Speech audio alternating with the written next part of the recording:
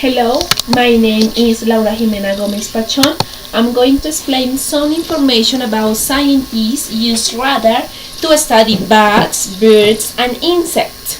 So, Tom Hanks puts electronic device on bats and birds to follow their movement. Recently, the Boston University biologists started using information gathered by radars.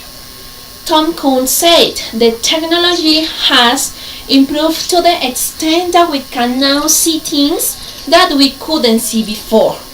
Weather experts commonly ignore radar images of birds and bats when they predict weather conditions, but Kuhn says biologists can learn a lot from radar station readings.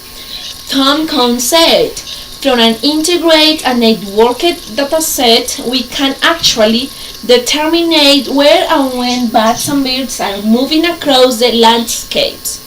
Kant spoke at the meeting of the American Associations for the Advancement of Science.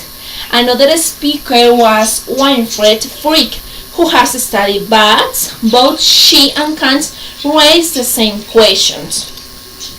Winfred Frick asked, "Do you think we could estimate the number of bats in a bat cloud?"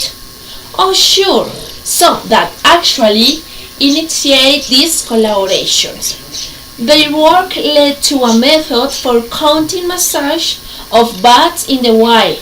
Frick says knowing this information could help with the studies of animals' behaviors and the seasonal movement of birds and other creatures. Winfred Frick said, "We can't look at the number of different sites all at once. That will give us a really good picture about the health of these populations, and this particular species, Brazilian free-tailed bat, does an enormous job for agriculture in terms of eating agricultural crops pests." New radar information is available to researchers every 5 minutes. They also can study 20 years of older information. Frick says this information can be found on the internet. Winfred Frick says, "See this whole front of that kind of energy here." Frick says the use of radar to study bats, birds, and insects shows great promise.